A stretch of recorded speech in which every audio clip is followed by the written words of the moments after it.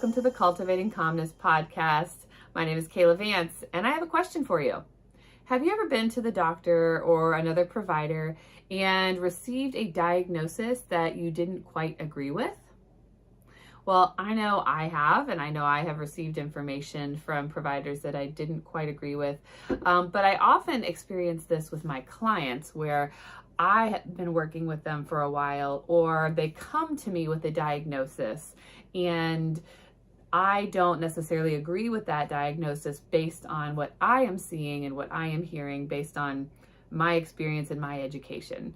And that's happened several times recently, and so I just really wanted to talk about it.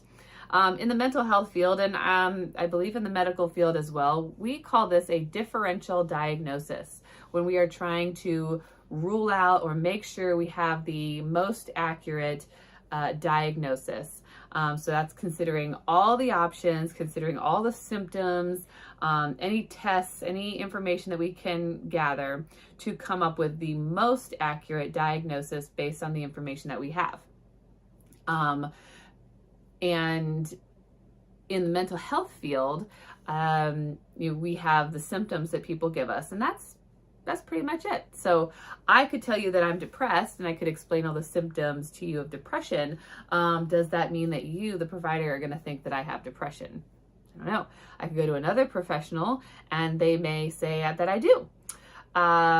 We learned this a lot in grad school when we were practicing to be therapists. It was a lot of learning, how to differentiate between one diagnosis and another diagnosis based on all the things that you were seeing. And ultimately, we want to provide a client with the least amount of diagnoses as possible. So if all of their symptoms can be wrapped up under one diagnosis, that's the diagnosis we want to give. We don't want to give 4 or 5 diagnoses because they have symptoms in all the categories. They may meet certain criteria for symptoms in all the different categories. Does that mean that they actually have that diagnosis? What may be different, and what I feel is maybe a big difference between like the medical field and mental health field is, when you have something wrong with your heart, what do doctors do? They do things to look at your heart. They'll measure your blood pressure. They'll, what is it, an EKG? I don't know all the terms and all the correct terminology. So don't hold me to some of these things. I am not a medical doctor. But, they may take scans, they may, do all these kinds of tests to get images, to look at your heart, to see the numbers that your heart is providing, the things that your heart is supposed to do, right? Or if you think you've broken your arm, you can look at your arm and see, like my son broke his arm and there was like a big dent right in the middle, and you could definitely tell his arm was broken. But other people, like I broke my arm when I was his age, and to my knowledge, you couldn't really see it, but there was a fracture in the bone. So what did they have to do? They had to take an x-ray to see if the bone was broken. They did that. They had an answer. They were able to cast it, and it was able to get better, right? In mental health, what do? Do we take brain scans of people? Typically, no. There are providers out there that do certain types of brain scans to see where the blood flow is in the brain and to see what the brain is doing and if it's functioning to its optimal levels. And I am just now learning more about that myself, and I agree with that and being able to do that. But in lieu of that, no, we don't really look at all of those things. Most providers don't test your vitamin D level to see if it's low, or your B12 or your iron, and many other nutrients that could be affecting your mood. But B12 and vitamin D are very common ones for people who are experiencing depression, for example, to be very low in those.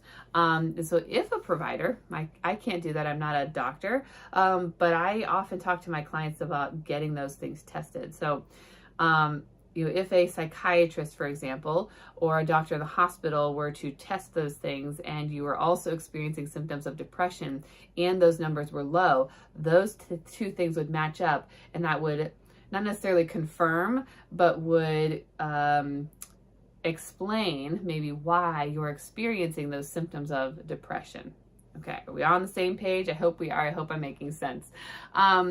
So a differential diagnosis is important to try to kind of rule out or get a more specific or accurate diagnosis. And the problem that I see as a mental health professional in the mental health field is that there is no one standard, right? If you have a heart attack, we know what a heart attack is. We know what a heart attack looks like. There are specific things that a doctor can point to say that was a heart attack based on all these numbers and statistics and images, right? Or we can look at your arteries and we can see, well, they're totally clogged up. That was a heart attack, right? We can't really do that with mental health.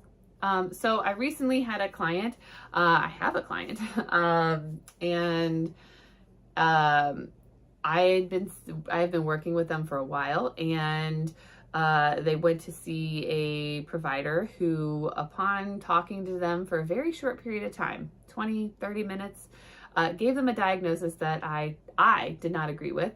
My client did not agree with that diagnosis. And it worries the clients, it worries, other professionals, when we don't line up. And it's hard to disagree with another professional who's in your same field. But I do sometimes. Bipolar disorder is one of those diagnoses that tends to get thrown out there a lot for small people and big people. I see people online, in the mom groups, my kid was diagnosed with bipolar disorder, and it really makes me scratch my head that a child, gets diagnosed with bipolar disorder. Is a very rare instance. That's what we were always taught, that bipolar disorder in children is very rare. I would agree with that. And I would also point out that children are known to have extreme mood fluctuations all the time. Why? Because they're children and they're growing and their brains are developing and they, are egocentric. Everything's, about me. So if I don't get what I want, I freak out. If something sad happens, I'm sad. If something bad happens, I'm angry. Moods fluctuate all the time. They can be very angry. They are, susceptible to trauma just like adults. And so, they can react, in extreme ways if they are triggered by a trauma or a reminder of something. And it could look like a bipolar person, but they're a child. Even teenagers, right? Their hormones are fluctuating. They're going through body changes. They're going through life changes. They're trying to figure out who they are in this great big world. And, it's common for them to have mood fluctuations. And for a teenager to be diagnosed with bipolar disorder, again, I want to question that. Now, I can't say that in every single case that somebody, doesn't meet all the criteria for bipolar disorder. But with a differential diagnosis, what we're trying to see is, do those symptoms belong elsewhere, like attributed to another diagnosis, or would it be better connected to something else? And so I just wanted to bring up an example. There are 4 diagnoses that come to mind. Bipolar is one of them, where depending on what you're looking at, depending on what you're seeing as a provider or what the client is experiencing, it could be any one of these diagnoses. And are you attributing the symptom to the right diagnosis for the right reason? So bipolar disorder, which is the key features of bipolar disorder are that, they have a definitive manic episode and depressive episodes, and they have those fluctuating moods that last for periods of time, not moments in time, not, today I was up and down, up and down, up and down today. Although some will say that, that is possible. In most cases, a manic episode may last days, potentially weeks, at a time, and then they will either level out or go into a depression, which is where a mood stabilizer or other like antipsychotics and other medications are used to help those extremes. Okay, so those are some of the main features of bipolar disorder.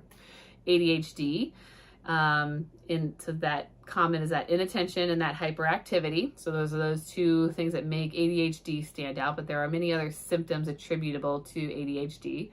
PTSD, which is the identified trauma negative beliefs, negative thoughts, cognitions, that hypervigilance, always being aware, always needing to know what's going on at all times, having flashbacks and some avoidance of negative experiences. And then generalized anxiety disorder, GAD.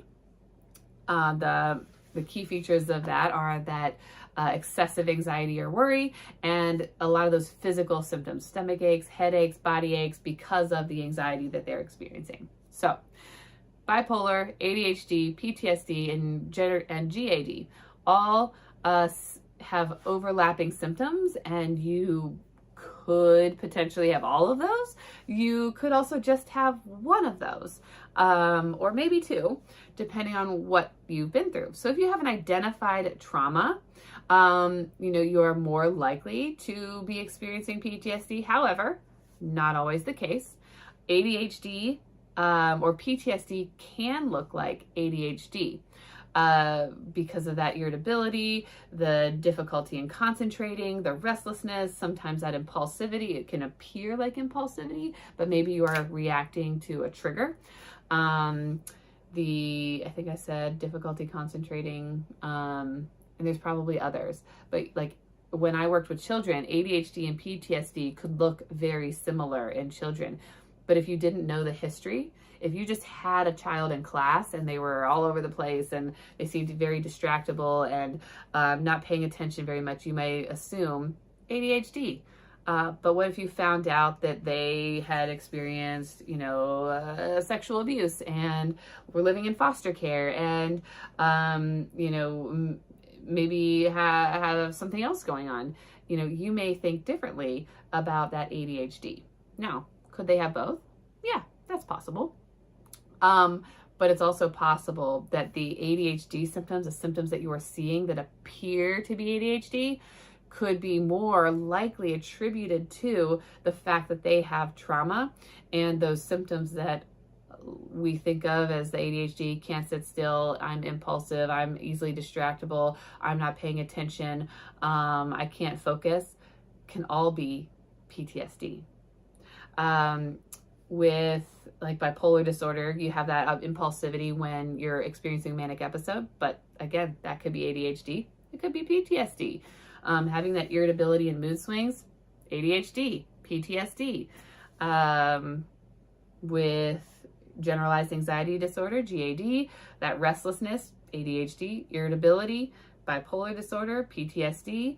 So all of these things can overlap. And if you aren't taking a thorough history from your clients, if your provider, if you're a client and you have these concerns, if your provider isn't finding out all of these things about you, all of your history, to get a good look at you, then they may not be getting the most accurate diagnosis for you. And I want the most accurate diagnosis for you. Now, I don't like to treat a diagnosis. I want to treat you as a person. I want to know what's going on with you. That's why I, consider myself a holistic therapist or a functional mental health professional. Lots of different labels and things, but I fall under that category because I ask about other things. I've had clients where, they've been diagnosed with schizophrenia or schizoaffective disorder because they have hallucinations, or they're hearing or seeing things that other people aren't hearing or seeing. But there are lots of reasons that something like that could happen. You could have like heavy metal poisoning. You could have mold exposure. You could have like an overgrowth of bacteria and things going on in your system. You could have parasites. Are we asking these things as providers? Are we trying to find out where are these symptoms coming from? They're not just coming out of nowhere. If you're depressed, are you getting sunlight? Do you have good vitamin D levels? Are you eating well? Are you eating things that your body doesn't agree with? If you have anxiety and you are afraid of a lot of things, are you drinking a lot of caffeine? Caffeine and anxiety do not go well together. There's many things we could talk about here, but I really just wanted to point out that there are lots of factors that go into understanding somebody's diagnosis. And I could be wrong, I will admit that, I'm definitely don't always get it right. And maybe I don't have all the information, or maybe I'm just seeing things differently than somebody else is seeing something, which, I guess makes mental health and sometimes like the medical community different, is that, you could see two different providers. They could hear the exact same information. It could come up with two totally different diagnoses, which is why as therapists, we have supervision, consultation. We can run things by somebody else. I know when I was in grad school, that happened a lot, and I was no expert, but some people had different strengths than other people. And in our meetings where we would talk about what we were learning in our practicums and internships, we'd come in and be like, well, I saw this person, these were all their symptoms, this is what's going on in their life, and these are the diagnoses I gave them, and So some people would have the long list of diagnoses, and then our supervisor would talk to us about it, like, okay, and do what I just did, right now. What, how could we narrow that down? Do they really have 5 diagnoses, or do they maybe have 2? And which 2 more accurately take into consideration all the things you just shared with us as a group? And so, I'm sure doctors do the same thing. They try to get feedback and understand and learn, and, try to figure out what's going on with somebody. So with the differential diagnosis, that's what we're trying to do. And the reason that it was important to me to talk about it is because I've been seeing that and hearing that in my clients, in the community, from my colleagues, about just diagnoses that maybe just don't make sense. If they don't make sense to you and you're not okay with it, it's okay to get a second opinion. Not everybody is exactly accurate. Not everybody's right. Maybe not every provider isn't going to treat you the same as the next provider.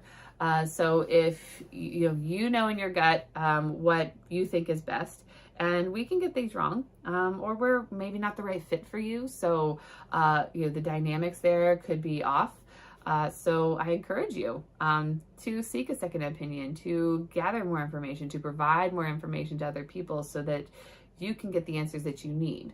Now this is different from what people call doctor shopping, and I'm just trying to get the answer that I want to get. Obviously there are people out there that do that. I'm talking about truly in your heart of hearts, this diagnosis doesn't fit me. This doesn't make any sense. I want to talk to somebody else who's going to hear me. And maybe they'll give you the same diagnosis, and maybe you'll realize okay, maybe they were right. Or maybe they will have a completely different diagnosis, and you'll feel a little more comfortable about what you're hearing, and you feel like those things line up better. So just something to think about, whether you're a provider or a client out there, to really think about, are you gathering all the facts? Do you have everything you need to have to make an accurate diagnosis for somebody? Because a lot of people use their insurance, and if you give an inaccurate diagnosis, that has the potential to stick with them forever and affect their medical insurance and affect, their life in negative ways if it's not accurate. So that's all I wanted to talk about today. Thank you for joining me. And until next week, have a wonderful rest of your week.